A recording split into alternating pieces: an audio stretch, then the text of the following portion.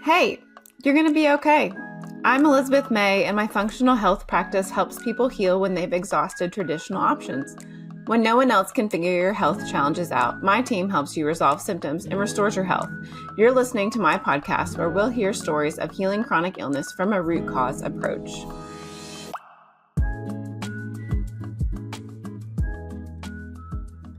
Welcome back to Hey, You're Gonna Be Okay. This week we are talking about holiday boundaries and boundaries in general. I have Brooke Ervin here with me. She's a licensed therapist who works primarily with women, adolescents, teens, children's in private practice. Before that, she worked in a hospital residential settings as a family advocate for victims of abuse. So when we think about boundaries, Brooke's definitely seen spaces that need boundaries.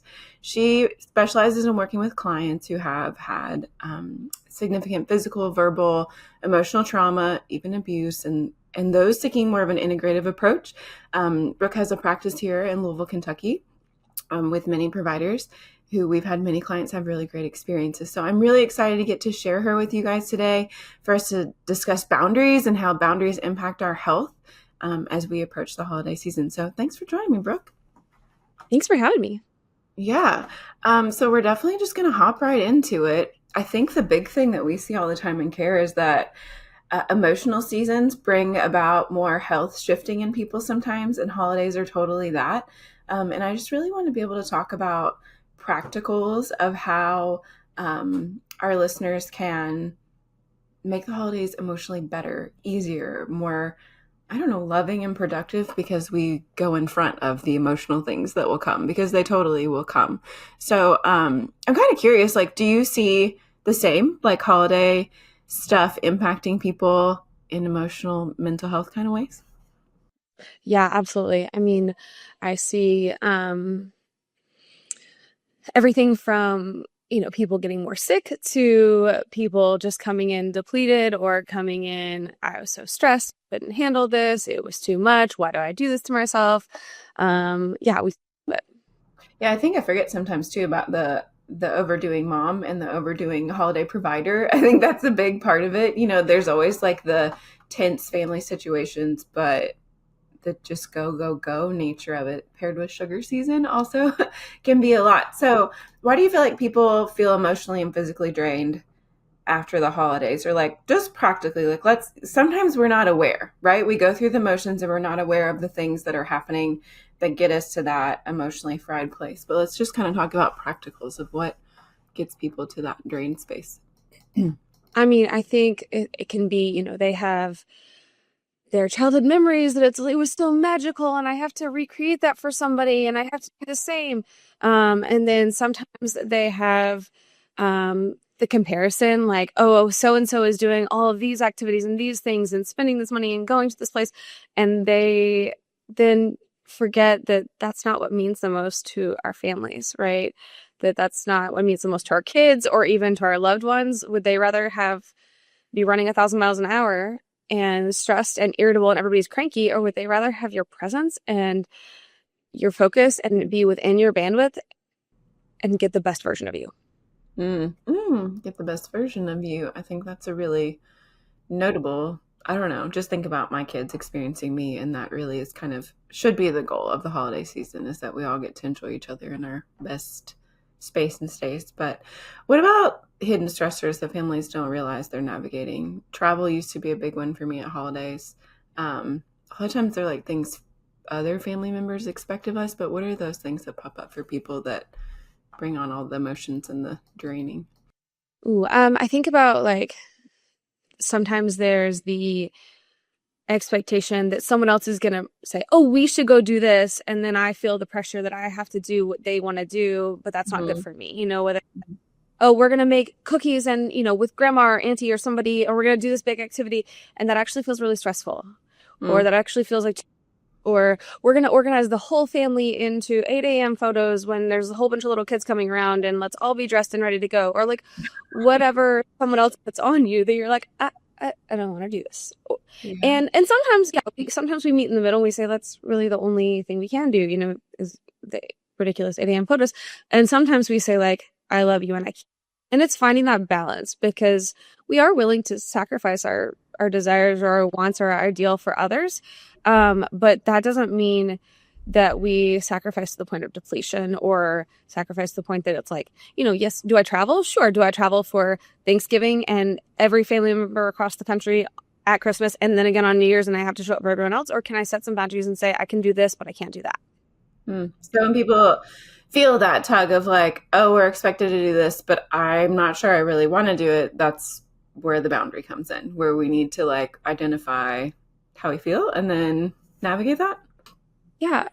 And I think it's okay. Like I said, we just have to figure out like, where am I willing and able to be uncomfortable? Like I said, if it's whole family hasn't been together in 3 years and it's our one chance to get pictures and it's at my kids' nap time, but like I can do this, I can rally for one thing versus like, hey, we're keeping the kids up late every single night and we're waking up early and everyone's out of routine and I'm miserable. Or maybe it's not even kids. Maybe it's, hey, y'all, I'm not a night person and I want to go to bed because I want to get up in the morning and I sleep well.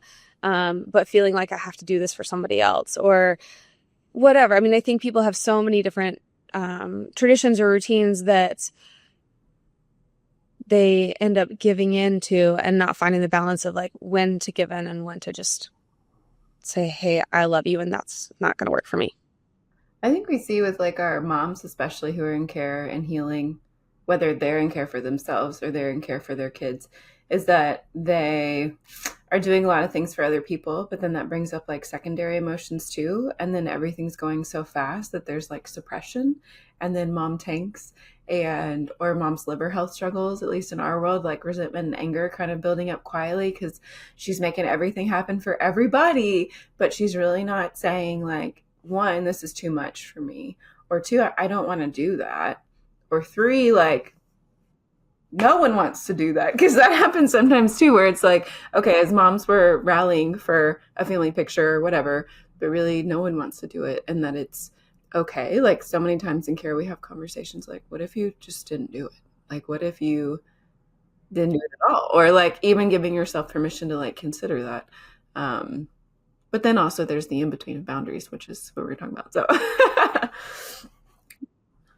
which I guess not doing it is a boundary, but it's on the more extreme end. But I think too, what about kids and how they absorb or experience the tension or all of the emotional stuff? Like, do you see that being a stressor? Like our kids are so stressed these days from lots of different things, but do you see that something in teens, I would imagine too, popping up for them?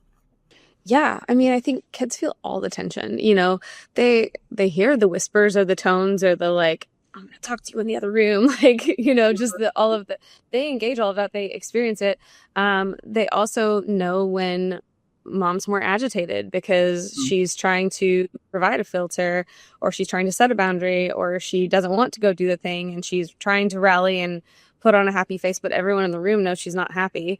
Or hey, or mom lets everybody stay up late to do whatever thing. And then she's frustrated getting them all to bed or like, they pick up on all of that.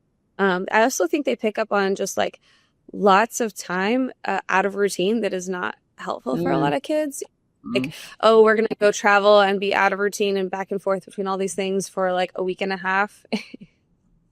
And my sleep isn't normal or I'm not eating the same things, and just they get caught up in all of that and they don't feel regulated as well. So I think it's like a both end. They don't feel regulated in themselves and then they also feel the tension and we're not hiding it as well as we think we are.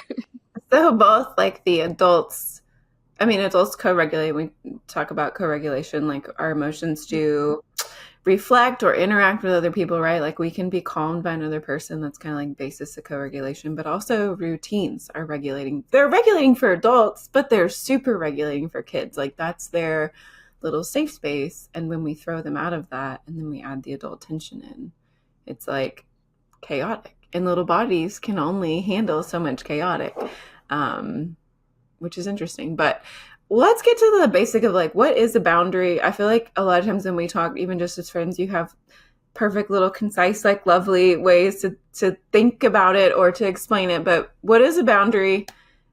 And maybe what is not a boundary? Because 2025, we be emotional healthing all over the place. And I don't know that it's always Fantastic.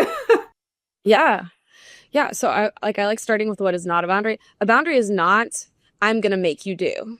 Mm, Like if you don't do, or if you do this, I'm going to make you do. mm, I, that's controlling others. That's not a boundary. A mm, boundary is if this line is crossed, this is the expected outcome or reaction from me.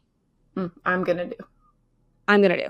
So when my kids were little, and I reached my limit, there was a time because my kids are all 2 years apart and they were all Mhm. really little, and my husband was done with work for the day, and the kids were going crazy, and I had asked multiple times for whatever the situation to stop, like please stop, please stop, please stop, Mhm. and I felt myself getting frustrated, and I said, if you don't stop, I'm going to time out.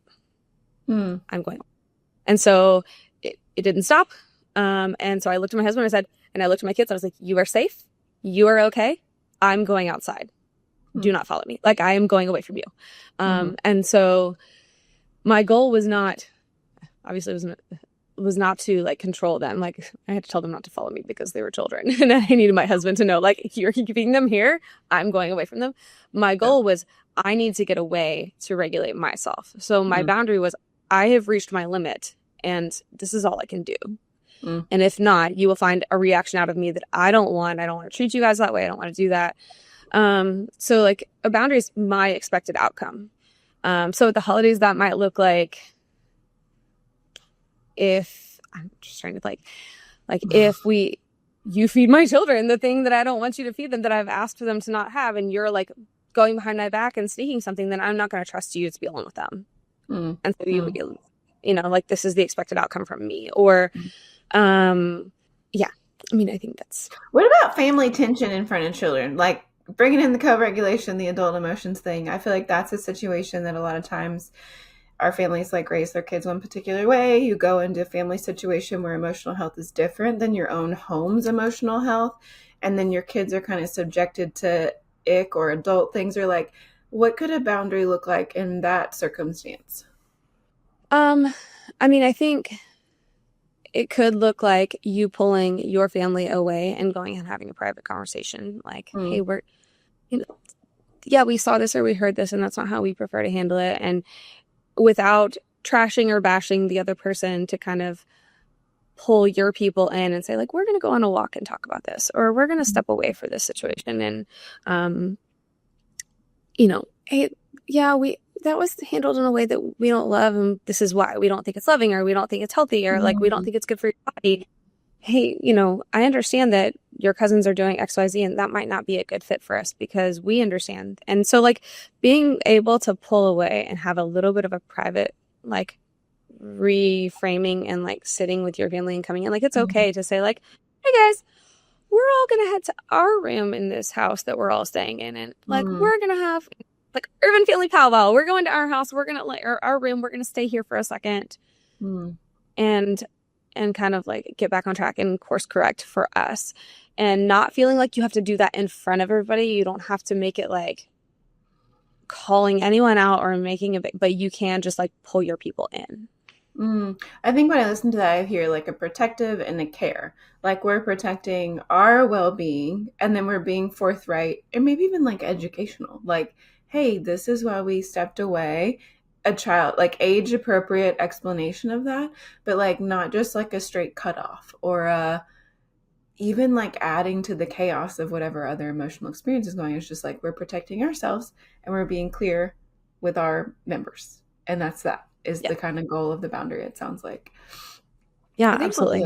one of the big things we teach about a ton, because a lot of our care is immune focused and we feel like the immune system dictates a lot of whether the body is able to maintain health for a long time, is that poor boundaries lead to poor immune health, because it's the immune system's job is to like survey threat. And if we don't tell threats outside of us, whether they are pathogens, toxins, I'm not going to go into a moldy house on purpose and stay and hang out there, because that's like Right. taking my body into a threat. But emotions are really no different. And they do dictate like how the body responds. If my body's constantly threatened, it's not physically able to heal, because the body doesn't heal in a fight, flight, freeze state. That's not when that happens.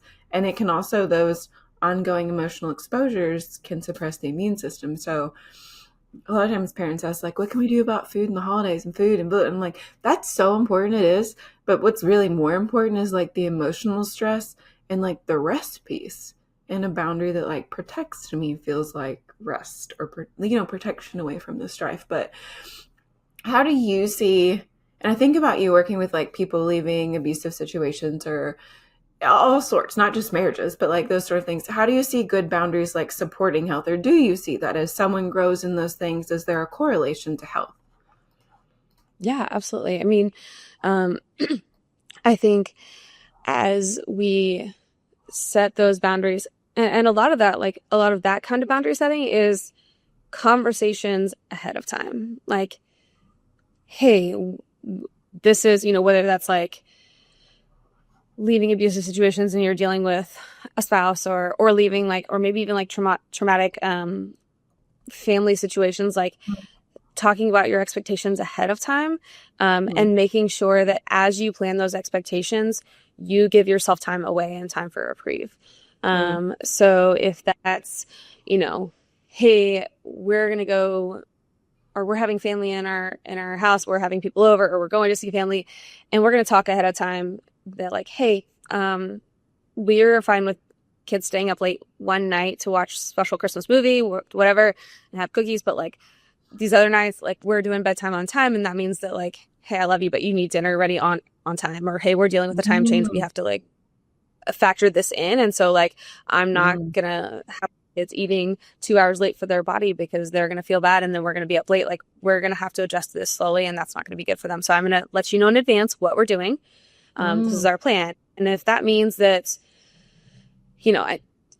we're gonna all go up there and have to be up there and like set aside, be in a different room or like go get them to bed, like I make my plans accordingly. So if that means that I need to plan to feed my children separately because dinner's not going to be ready, like I'm not being unkind or being rude. I said what I needed, and then I'm going to follow through on it. So if I tell you I'm staying with family and I say, hey, we really need dinner by 5:30 because this is what my kids are used to. I need something available for them. And if we get to 5 o'clock and you haven't started dinner, like I'm going to go take care of dinner for my kids so that we can stay on track. And that's not because I don't love you. And that's not because I don't think your dinner is delicious. That's because that's what my kids need. And I told you that, but I communicated that in advance, and then I can stand on that.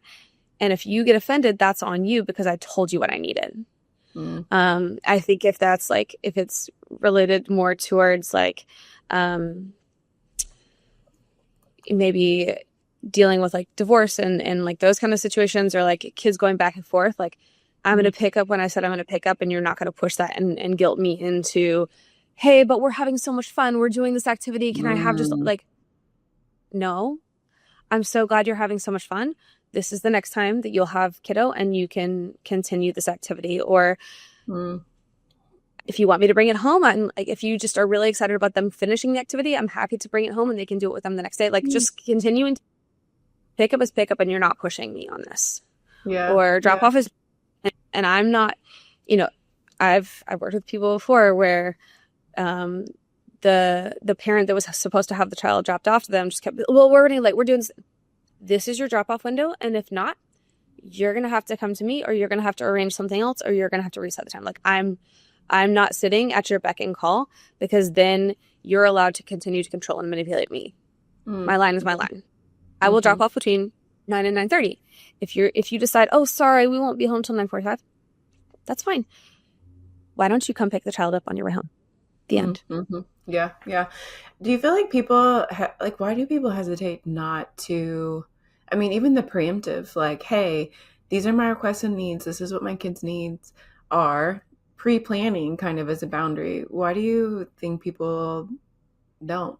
Because it sounds nice, right? Like I'm listening to you, I'm like, that's a brilliant idea. I didn't even think about the time change and expressing like, this is what our family needs.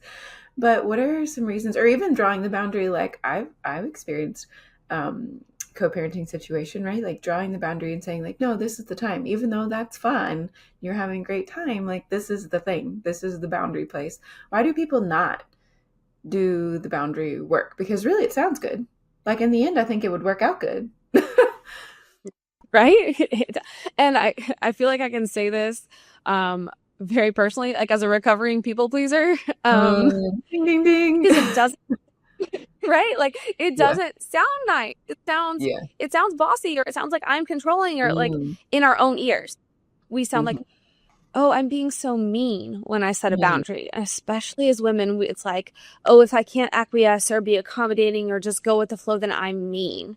Mhm. Instead of the reality is the most boundary people are the happiest people, because they're like, I will give you Mhm. all of me in this range. You can Yeah. have full access right here. You don't get over Mhm. here. Mm. But we think that sounds mean. Instead of actually being loving. The loving thing is, hey, I'm predictable. I'm going to show up when I tell you I'm going to show up, and I'm going to leave when I tell you I'm going to leave. And I'm going to eat what I tell you I'm going to eat when I'm going to eat, and I'm going to go to bed when I'm going to go to bed. And you know exactly where you get me and where I show up, and I'm fully Mhm. present in that time. And I think when we realize that I'm then showing up fully present, and guess what that means? Maybe I'm not on my phone. I'm really present. I'm playing a game. I'm doing an activity. I'm fully present when you have me. And when Mm. it gets to my line, I'm done. Quick break. If you've been curious about homeopathy, this is your sign to try it. At Hey Hey Homeopathics, we've created liquid remedies for everything from sleep and skin to digestion and beyond. Safe, gentle, and designed for real life.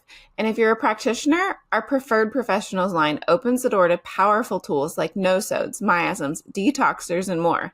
Anyone can shop, but professionals can apply for exclusive access.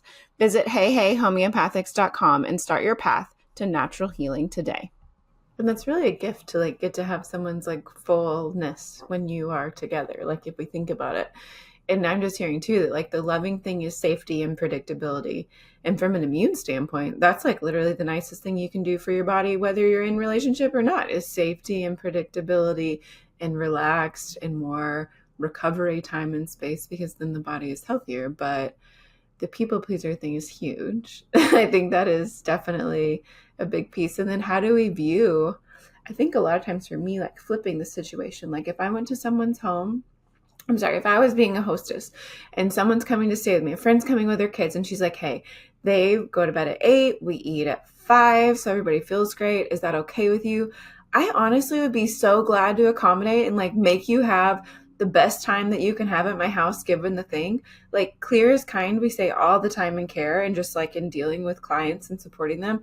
And I think that applies here so much, because in some ways, when we don't set boundaries, we almost take away the other person's ability to give us the gift of care. Like if I never heard from my people who were saying from, with me what they needed, I can't provide that to them. Like I can't give them the gift of a good or a better, optimal for them, best for them experience. And I think we forget that side when we start drowning in feelings of like, I mean, this is bossy. Why am I, all of that. It's just not, that's not it. That's not Yeah, really what a boundary is doing. right. Yeah, I go ahead. love when people stay with me and they're like, hey, like we can't eat this or we need this. It feels loving for me to show up for them in the way that they need me to. Um, Mhm. I love not having to guess, like, oh shoot, is there, even if it's silly things like, are there enough guest towels? Like, just come up and tell me. Like, I want to do it for you. I want to take care of you.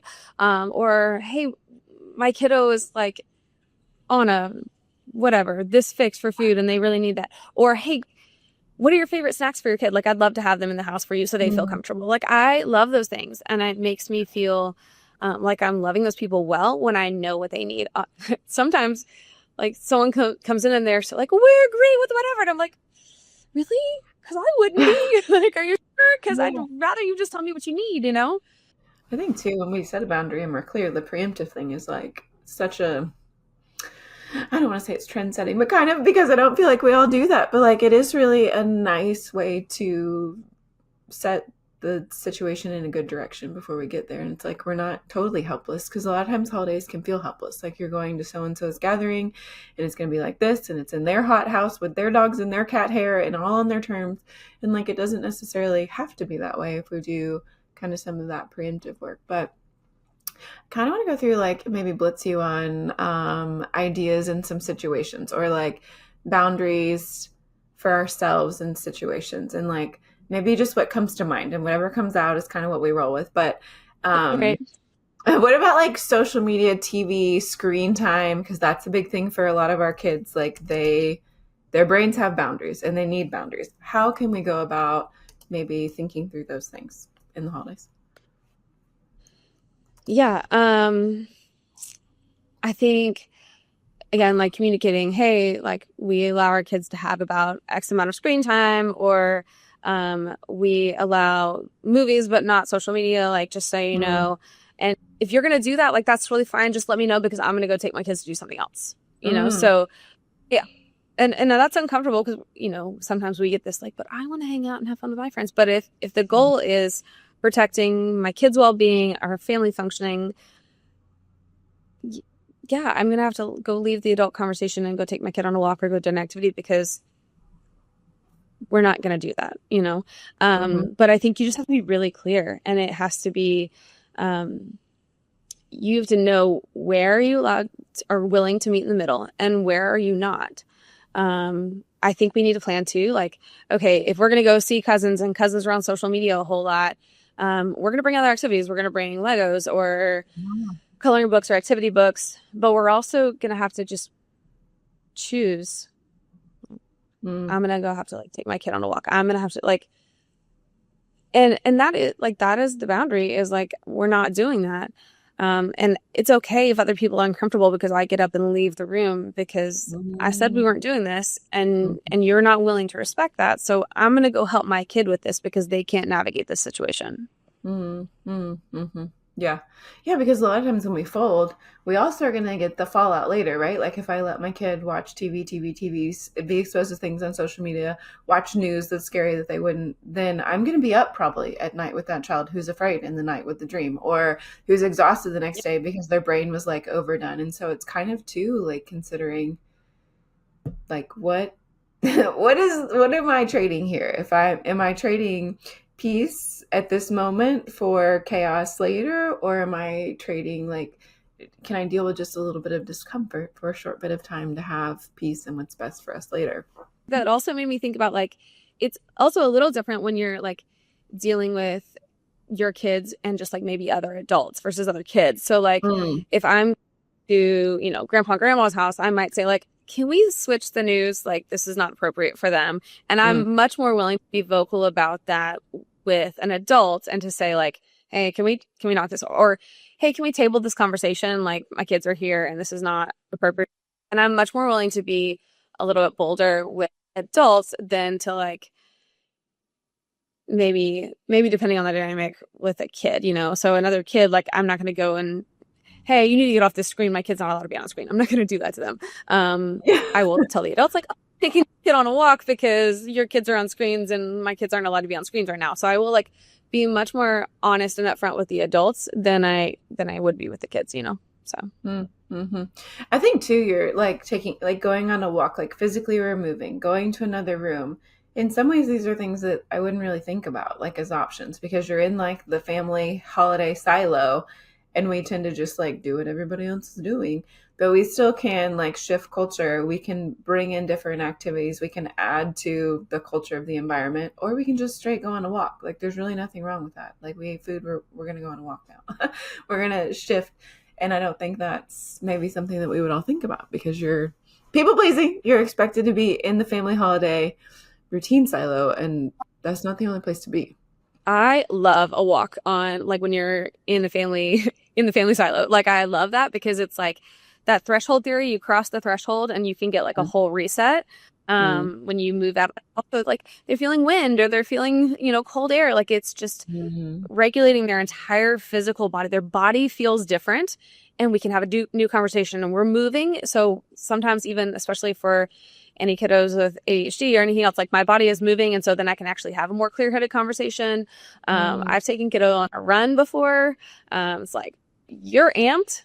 Let's go run. Like I'm not a Mm-hmm. runner, but we're gonna run today. I So know. we'll do it. And then even planning like, hey, if your kids are the only kids in the house and we're going to a house that's not really kid friendly, like, hey, we're gonna take our kids out for a little while. We're gonna go find an activity. So we've Mm-hmm. gone rock climbing in the middle of winter when we visit a family. Like, hey, we're gonna go to the rock gym for a few hours. Like, we need something to do to move our bodies, or we're gonna go on a hike in the summer. Just yeah, we love changes for regulation. But yeah, even just going to a room and pulling away for a little bit, giving them also that preserves your kids' dignity to like not make Mm-hmm. it family. Yeah, yeah. Yeah, what about when like extended family expectations or like events like are going on and on and on and maybe like little kids, they need to take a nap. We have to like really interrupt like what the family is doing. Like how can we navigate those sort of things? Little kid needs against adult preference. I mean, I think that's again, we're sharing ahead of time. Like Johnny, whatever, like he naps at 2 p.m. So at 1:30, I'm gonna start his wind down for his 2 p.m. nap. Like, and just making it very clear, like, I'm stepping away from whatever. If you would like me present for the meal or the activity, we need to start it and have time for it to be done, or we need to start it afterwards, or I'm just gonna step away for a little bit and I'll come back when I can, whether that's family card game or a family meal, like this is what I'm doing. And so I think just preparing people ahead of time, when plans are being talked about, hey, we'd like to do this and this and this. Okay, well, just so you know, um, this is nap time, this is bedtime, these are the things that I'm doing. Like, and then being okay. Like, I would hope if you're with family that it's safe enough that if kiddo gets hungry and dinner's not ready, like I'm the parent, I'm gonna go grab them a snack that I approve out of the fridge. And Hmm. if you're not in a house that you can do that, then that's a whole different world of problems. But Hmm. just taking, like, I don't have to tiptoe around these adults. Like, I am the parent that has been given this child and it is my responsibility, and I'm accountable to them more than anyone else in this space. That's key and a good thing to think about that I am the parent, this is the child, and I'm accountable to my responsibility here over the adults. What about the mom guilt situation and the perfectionist over functioning? Like, how do we, like, these are the moms who, like, come January, they're like busted and need put back together. How do they work on having boundaries? And I think boundaries here come with awareness, like realizing when it's happening because it's all, I mean, it's all dang month. You start at school and you got parties and then into the, it's, and it really starts at Thanksgiving if we're honest, and it's a marathon. But how do we stay away from that like perfectionist over function, mom guilt? Where do boundaries come in there? Yeah. I mean, I think there's some things you can do to kind of like make sure, or like take a step back and look at what you're doing. So like maybe you make a list of like all the things that I want to do in this holiday season, and then make a list of your responsibilities. Is this reasonable? Like if I have to take care of the house and cook this meal and travel this, and I want to do all 25 million activities, is this reasonable? Is this Mm, reasonable? And yeah. maybe even like check in with like, are my kids going to enjoy this, or is this me just doing because I feel something? Mm, Is this meaningful to them? Because they don't feel their best when they're running roughshod all over the place and I'm irritable because we're rushing to the next thing so that we can cram in all the things. They don't feel loved in that. I'm not giving them my best. Maybe it's asking a spouse or partner like, hey, is this good? Like, are you going to be irritable and stressed because I'm putting so much on us that you don't even feel, you're like, this isn't loving, this isn't fun, like this mm, is miserable. Like giving those little checks, like is it attainable? Is it reasonable? How many balls am I going to drop to get this done? mm, Am I going to show up best for myself or for my kids, for my partner? mm. We talk a lot about trying to maintain your routines during the holiday. And if you're having to cut your things that you feel good doing, like if you're having to cut, I mean, cut a workout that's your routine once is one thing. Cutting them all or shifting your food greatly or the things that make you feel good, removing those things. I think a lot of times it's like no thought. Moms just like chop all that for themselves to make everything else happen. And that too is a boundary, like saying, no, this is what I need to make it through and not If I can't folding. show up for myself, like I can't show up for anybody else? Mm-hmm. Mm-hmm. Yeah. And we can say that and agree with that. And then in practice, as we get closer to January 1, we crumble on, those sort of things, I think, sometimes. So I think the permission to like simplify and remember that like the people that need to be happy are the people that need to be happy. And what does happy look like? You pointing that out. Like, is it quality time with and full attention of my parents, or is it all of these things and super magic and check all the boxes? Like, where are we in reality, or are we in comparison town? um Yes. Thinking about those sort of things. Okay, my favorite Yeah. one is food traditions because obviously we work with people on food. And I think we've got two parts. So we have adults trying to navigate food situations where they can go, gluten's a big one, right? So if you recently figure out you're celiac and it's really not safe for you to have, and this is a new discovery as an adult, and we're going into a family situation, what are some things that we can do to A, still participate, and B, stay healthy and safe without, as much as I do, people have comments and opinions and they want to inspect your health and maybe you should try this and have you thought of that and are you sure it's celiac? Like, how do we navigate some of that stuff? I think so. I mean, with regards to other people's opinions and chiming in, I think kind of planned scripted responses are really helpful. Oh, yeah. Thank you for sharing your thoughts. Mm. Like, thank you for sharing your thoughts. Or I'll talk to my provider about that. Mm. Like, that's worth considering. I'll look into that later. Like, just figure out something that politely, respectfully thanks them for noticing or engaging or whatever, or acknowledges their chime in, but shuts it down. Mm. Thank you for your thoughts. Like, Yeah. and sometimes you have to use the same thing. Like, if it's an insistent family member that's like going to keep going, thank you for your thoughts. Just let it sit. Let them sit with, or maybe if it's a passive aggressive comment, just what do you mean by that? Oh, back in your court. Yep. What do you mean by that? Well, and they're gonna stutter. And what do you mean by that?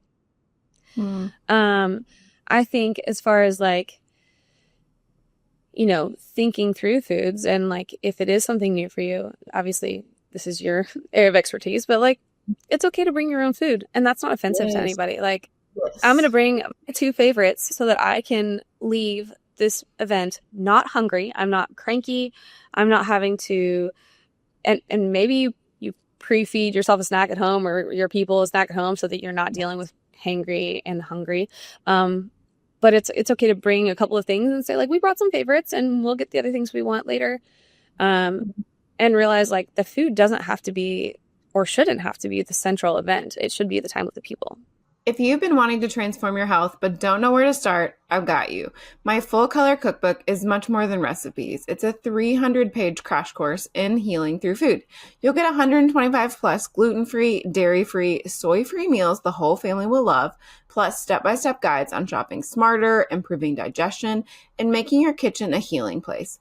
It's gorgeous, practical, and designed to make healthy living simple. Grab your copy at heyheymay.com/cookbook and start changing your health one delicious bite at a time. Yeah. I think hearing you say, and we say it all the time, but I think it can't be understated that it's okay to bring your own things. It's okay to say, I'm going to eat these two things. It's okay to say, thank you for making all this, but I brought these foods that are safe for me. And it's okay to care for yourself in that way. You're literally being a better guest if you are feeding yourself and you are feeling good for the time that you're there to be with the people. And I think a lot of times when folks are moving into food change that's necessary, it's like shocking to them that it's okay for them to bring for themselves, provide for themselves, say thanks but no Absolutely. thanks. And food stuff, because we all have food memories too, and food's such a central part to relationships. So it's like real sticky, icky. Can be. Yeah. You have to kind of like make a shift there, and it's like food is central, or like the time together is central. Maybe like I'm going to be really intentional to sit at the table with my different food, but I'm going to sit here with you guys and have conversation until the meal is done. Or maybe you introduce a new rhythm for connection. So maybe you bring a new favorite card game or board game and you say like, oh my gosh, I love this. I want to share it with you. So finding other ways to bring connection that aren't central on food when food gets tricky. Mm-hmm. How do we talk to our kids when like they're the ones having to do food change and we're bringing this, it's one thing for me to go and bring my two dishes and know this is what I'm going to have. I'm going to keep my body healthy by eating these things. But when we have to take our kids and say like, no, you can't have that. Or like, and then we deal with family members being like, which kind of goes back to that same like one-liner fab sentences that kind of shut stuff down. But how do we, in our relationship with our children, establish food boundaries at a food holiday for diet needs stuff? Yeah. I mean, and as you know, so I have walked through this with my kids, Mhm. and we had lots and lots of limitations. I was very, very blessed, that my family was very supportive and would say, like, what can we cook?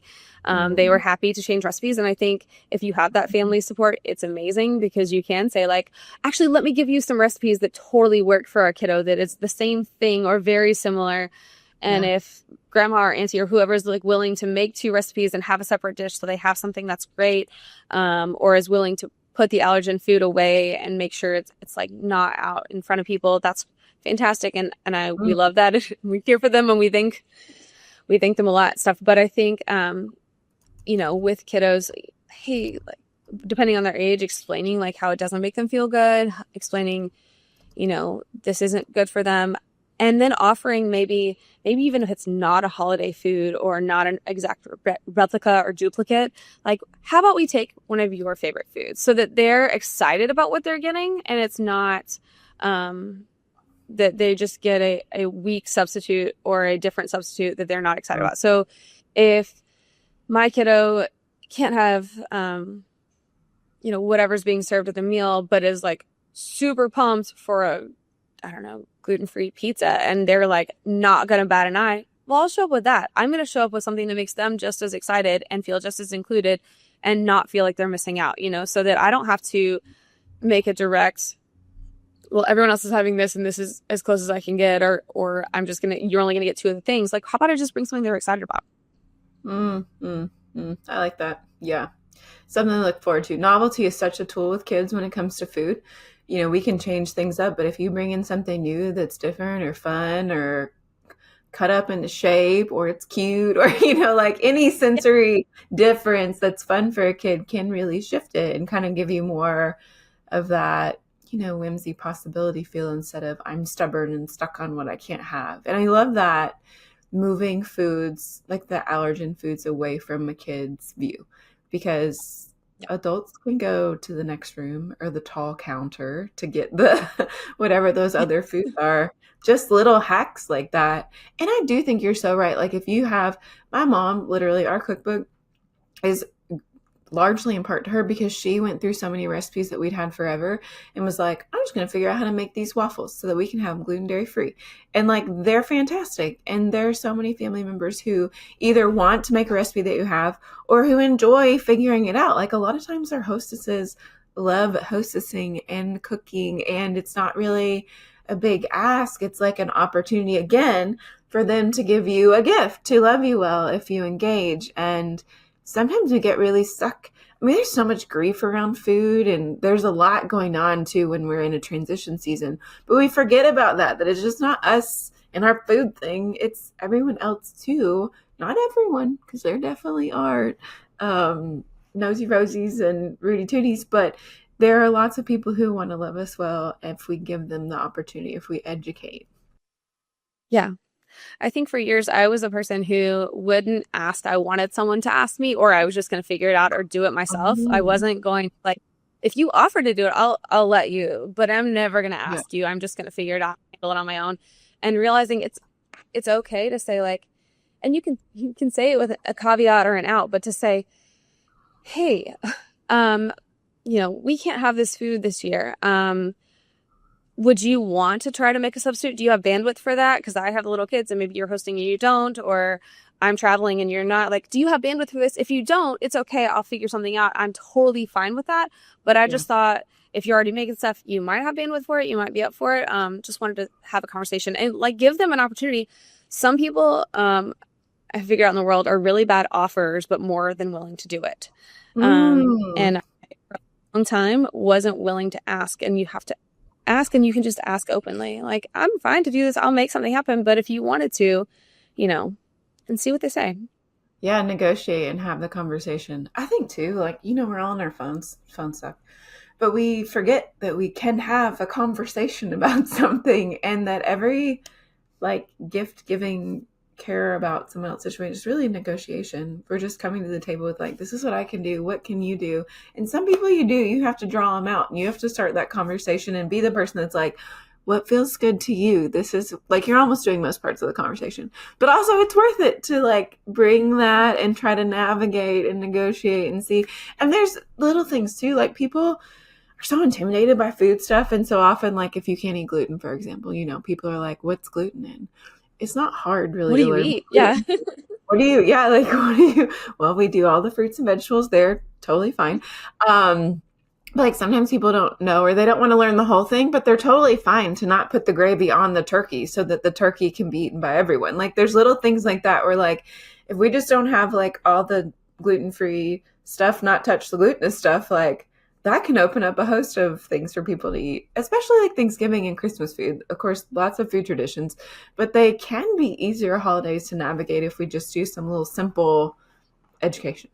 Yes. But yeah, I think that asking part and thinking about other people, like the way they're going to engage and probably having to be the leader of a lot of discussion, it's worth it. I think it's totally worth it. And you give people the opportunity to surprise you and take care of you, which I think is cool too. So, okay. So my other thing that I was curious about for clients is just like holidays are a lot. They're go, go, go. Some of it, boundaries or not, is non-negotiable. There's a lot. How can we build capacity, tolerance in our kids and ourselves when we see a kid's like going off the rails, or we feel like you talked about taking a minute to yourself, like I'm going to go outside, don't follow me. We're all going to go on a walk.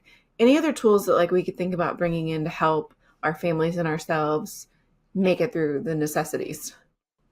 Yeah. I think bringing in the rhythms and routines that you can with you, like a lot of them can travel. A lot of our routines can travel. I have a friend that her kiddos sleep with essential oils every night, and so she takes it with her everywhere she goes. Like we're gonna bring our lavender, and we're doing our routine like normal. We're bringing our lotion, like not skimping on those routines that feel safe and grounding to your kids. Taking those with you when you can. Yeah, I think spacing things out when you can, like just because everybody else is back to back doesn't mean you are. Especially for those whose family maybe are all in the same area and you don't just have to travel and be huddled up in the silo. Like, hey, if your family is all within an hour or so, like we're going to be gone and then we're going to actually go home and spend the afternoon at home and do nap time at home, or we're staying home for the morning and we'll be ready to see people at this time. So just taking that space for normal rhythms when you can, realizing that if someone else's capacity is to run from activity to activity to activity and go nonstop, we applaud them. We are so happy for them and we don't have to be them. Like, yeah. Not everybody has that capacity. No, and some people don't even enjoy it. Like if you don't enjoy running around and saying like, hey, we're going and going and going, and you would rather go back to your house and turn off all the things and take a nap, and while your kids take a nap, and then say we'll be ready to be back around people at 5 o'clock after everyone's gotten up and had a snack and like chilled out for an hour. Like that's okay if you can do that. Or hey, because the entire family isn't, or is maybe like everybody else is staying for 7 days for family travel. You got 4. We're doing 4. That's what we can do. And we would rather do 4 now and then come see you in 2 months and do more, 3 more, or like, those kind of things. I think those kind of boundaries too. Like you don't have to give in to rat race culture. Dude, I think too, when we see families whose kids get sick over the holidays, because we definitely have some of those who are like doing a sick day call 2-3 times in December. They are the families who go, go, go. And when there is rest and there's like, we're going to go home and have nap time here, or we reduce stimulation, or we're literally not going to go to another family meal because we've had like 5 desserts and full meals today, whatever that may be, like those families do better health-wise too, because like your body really, there are limits and we're not always good at seeing those, but like, and there are limits that are different for adults than there are for kids. And all of our kids are different. And some of them, you may have one who really has a limit and nobody else does. And I think too, it's okay to like split sometimes. Like if you're in town and one really needs to be removed, but 2 are having a good time, can mom and dad navigate, negotiate that before. Or we have families who their parents are divorced and mom will go and spend like a longer time with her parents or with this, and then they'll spend a shorter time here. Mom and dad. I think sometimes too we think about like everybody's got to be together. We all got to do it everything the same. We all got to do exactly no. Like we have to make space for nuance if we also want to make space for physical and emotional health, especially with little kids, because they're not as forgiving. I would say, yeah, you don't Yeah. get the margin, but I I think think we it's should okay. maybe emulate them more, you know, like they Yeah. tell us what they need and they make Ooh. it clear. Everyone just has to get in line and figure it out And- because it's a need and we recognize it as a need. And I think as adults, mm, we tend to go, oh, that's not a need. But is it a yeah. need? If you're a more introverted person, is it a need for you to have downtime? Mm, Yes, take it. It's not like it's not a want. It is your wiring and that is okay and you are yeah. made that way and that is okay. Like that is good and beautiful and there's nothing wrong with how you are wired. If you say, I love all you people, I'm putting my kids to bed and I'm actually going to go sit in my bed and read for an hour because I am peopled out or Mhm. um like I think just leaning in like you don't have to become somebody else because you're around the holidays. Like it's okay to be exactly who Mm. you are, good and loved and wonderful as you are. That's really important to come in it from a place of like, this is what I need, this is who I am. I'm worthy of an experience that I enjoy and that is good for me for the holidays too. Because holidays can really easily become about everybody else. And I have my last three questions, but what do you hope families remember most this holiday season? Boundaries aren't mean. Mm, Boundaries, yeah, yeah. they're just not. They're really loving. Yeah. Yeah, they're Yeah. loving. I mean, it's true loving. I love when other people tell me what to expect and then I get to experience the best part of them and I get to appreciate who they are. And it's not a guessing game when that's another one. Like when I Mm, communicate game. If someone comes mhm, to me and says like, "Hey, I need this and this and this," like then I'm not left guessing. I'm not walking on eggshells. I'm not worried about reacting or pushing a button or like where is mhm, the unknown line? Like communication means that no one's on eggshells. mm, mm. That was a good one. What about a word of encouragement to single parents who are facing maybe their first holiday season in transition, different tradition? We didn't really go into a lot of this stuff because that's a whole nother, we did a little bit, whole nother can of worms. But what would you say to the single parent in that new holiday season? I mean, first of all, I think your kids don't need tons of financial resources. They don't need you to keep everything as it was before. They know it's different. They're Mm, not fooled. They don't need you to pretend like it's all as it was before. What does it look like to consider new and sustainable rhythms? mm, Whether that's a sleepover in the floor under the tree, that's sustainable for as long as they want it. What does it mean to like, hey, we're going to have a baking day, not a go do this big expensive activity day. Like, well, mm, just kind of reframing, like, use that as an opportunity to say, like, you have me. Like, this is what you have for the holidays. You have your time with me. You have memories. We're going to do things that is not about stuff. Like, removing all of that pressure, especially that beginning, like, holiday pressure of yeah. single parenting and things are changing. I know, like, oftentimes moms are getting jobs or working more than they ever were Mm, before, and they're feeling lots of guilt. Like, your kids aren't going to remember how much money you spent. They are going to remember your presence. mm, mm. That is, I would say, one of the really big gifts of those first couple years of solo parenting after a divorce is that you do have an opportunity to do really sweet things like a baking day, or you have the opportunity to simplify. And in some ways, hopefully, at least in my experience, family will kind of see that and yield to that. And it's almost, we can view it as an opportunity that here's a chance for us to do life in a rhythm that we can. I think the sustainable piece is that's such good language that we have an opportunity to build new rhythms. And then it doesn't have to all be grief. It can be like excitement and expectation and nourishment and more one-on-one time, and that's a good reminder in a situation that feels like it could just all be grief that just swallows you up the whole time. But last question is one I ask everybody, and I think we can bend it holiday wise or otherwise, but how have you, or have you seen a client be loved well while navigating chronic illness? One of the things that I kind of mentioned earlier is when family members come around and say, like, how can we cook for you? Or what worked for you? How can we support you? So I think we love people well in chronic illness when we ask what they need. And we're open to the answer. It's not a guided answer. Or when we express, hey, I'd like to do this. How can I do this in light of your circumstances or situations right now? And being open to that flexing a little bit, Yeah, that's such a good one. I think people don't know always how to engage with the chronic illness piece, especially in like a holiday and food situation. The flexibility piece is key because you can get a lot of different needs spit back at you, which is cool if you're willing, but also being flexible, knowing that you don't know, and flexibility is good. So I appreciate you doing this a lot, Brooke. Where can our listeners find you, find your practice? Tell us all the ways they can reach you all and work on their own boundaries. Me and my incredible team can be found at apricuscounseling.org.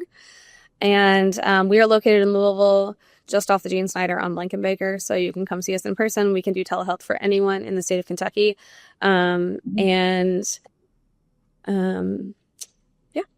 You guys on Instagram?